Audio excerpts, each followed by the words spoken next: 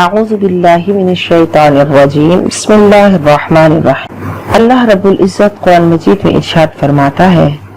وَإِن كُنتُمْ جُنُبًا فَطَّهَّرُوا، اور جب تم جنب ہو تو خوب پاک ہو جاؤ، یعنی غسل کرو۔ اسی طرح حیض والی عورتوں کے بارے میں آیا کہ حَتَّى يَطْهُرْنَ،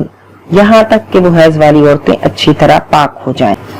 اور یہاں فرمایا گیا کہ جب تم جنب ہو جاؤ فَطَّهَّرُوا، تو خوب اچھی طرح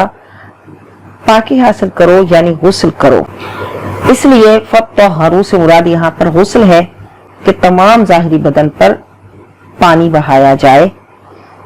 اور جسم کے ہر حصے کو دھویا جائے۔ اور کس طرح دھویا جائے کہ حضرت عائشہ صدیقہ رضی اللہ تعالی عنہما سے مروی ہے، آپ فرماتی ہیں کہ اللہ کے نبی صلی اللہ علیہ وسلم جب جنابت کا غسل فرماتے تو ابتدا یوں کرتے کہ پہلے ہاتھ دھوتے، پھر نماز کا سب وضو کرتے، پھر بالوں کی جڑیں تر فرماتے اور پھر تمام بدن پر پانی بہاتے۔ تو پتہ چلا کہ تمام ظاہری بدن پر پانی بہانا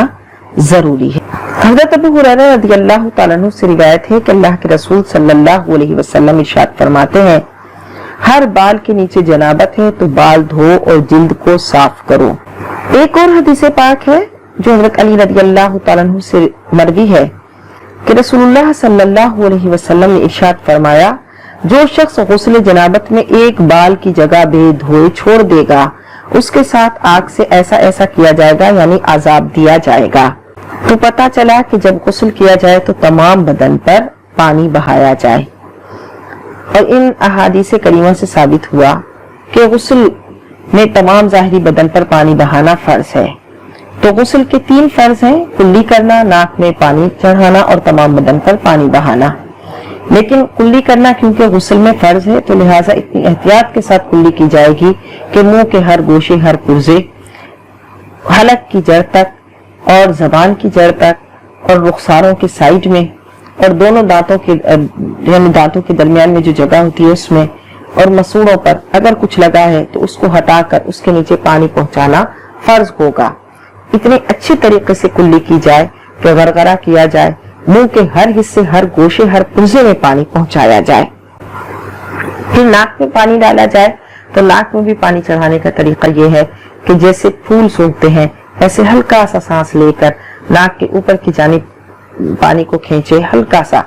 کھینچے اور پھر ناک کو اچھی طریقے سے دھوئے یہاں تک کہ ناک کے اندر کے ہر بال کو دھوئے، اگر رینٹ لگی ہے تو اس کو ہٹا کر اس کے نیچے پانی پہنچائے، ناک کے دونوں نتنوں کو اچھی طرح دھوئے، لونگ پہنی ہے تو لونگ کے نیچے والے حصے کو حرکت دے کر ہلا کر اس کے نیچے پانی پہنچائے، احتیاط کے ساتھ ناک کے ہر حصے میں پانی پہنچائے اور ناک کی نرم ہڈی تک جو ہے وہ اچھے طریقے سے پانی پہنچانا فرض ہے کہ ناک میں پانی چڑھانا غسل میں فرض ہے۔ اور اس کے بعد تمام بدن پر پانی بہانا، کیونکہ کیا فرمایا کہ غسل جنابت میں ایک بال کی جگہ بے دھوئے چھوڑ دے گا تو اس کے ساتھ آگ سے ایسا ایسا کیا جائے گا، اور ہر بال کے نیچے جنابت ہے تو بال دھو اور جلد کو صاف کرو۔ لہذا غسل میں جو ہے وہ استنجا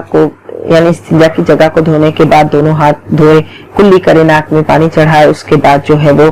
نماز کا سب وضو کرے، اور پھر خواتین یہ ہے کہ سر دھو لیں اور اس کے بعد تمام بدن پر پانی بہائیں، لیکن تمام بدن پر پانی بہانے میں یہ احتیاط رہے کہ جسم کے جو پوشیدہ اعضاء ہیں ان پر خاص احتیاط سے پانی پہنچائے، مثلا چہرہ اوپر کر کے جو گردن کا حصہ ہے اس پر، بال ہٹا کر گدی پر، اسی طرح بغلوں پر، بازوؤں کی سائیڈوں پر اور جسم کی جو سائیڈ ہیں ان پر، گھٹنا اور ران کے ملنے کی جگہ پر، گھٹنے کے نیچے والے حصے پر، دونوں سرین کے ملنے پر، پیٹ کو پستان اٹھا کر اور ناف کے سوراخ میں ہر جگہ پر احتیاط کے ساتھ پانی پہنچائے۔ اگر کسی کے اوپر غسل فرض ہو اور وہ رات کو بے نہائے سونے کا ارادہ کرے تو چاہیے اس کو کہ وہ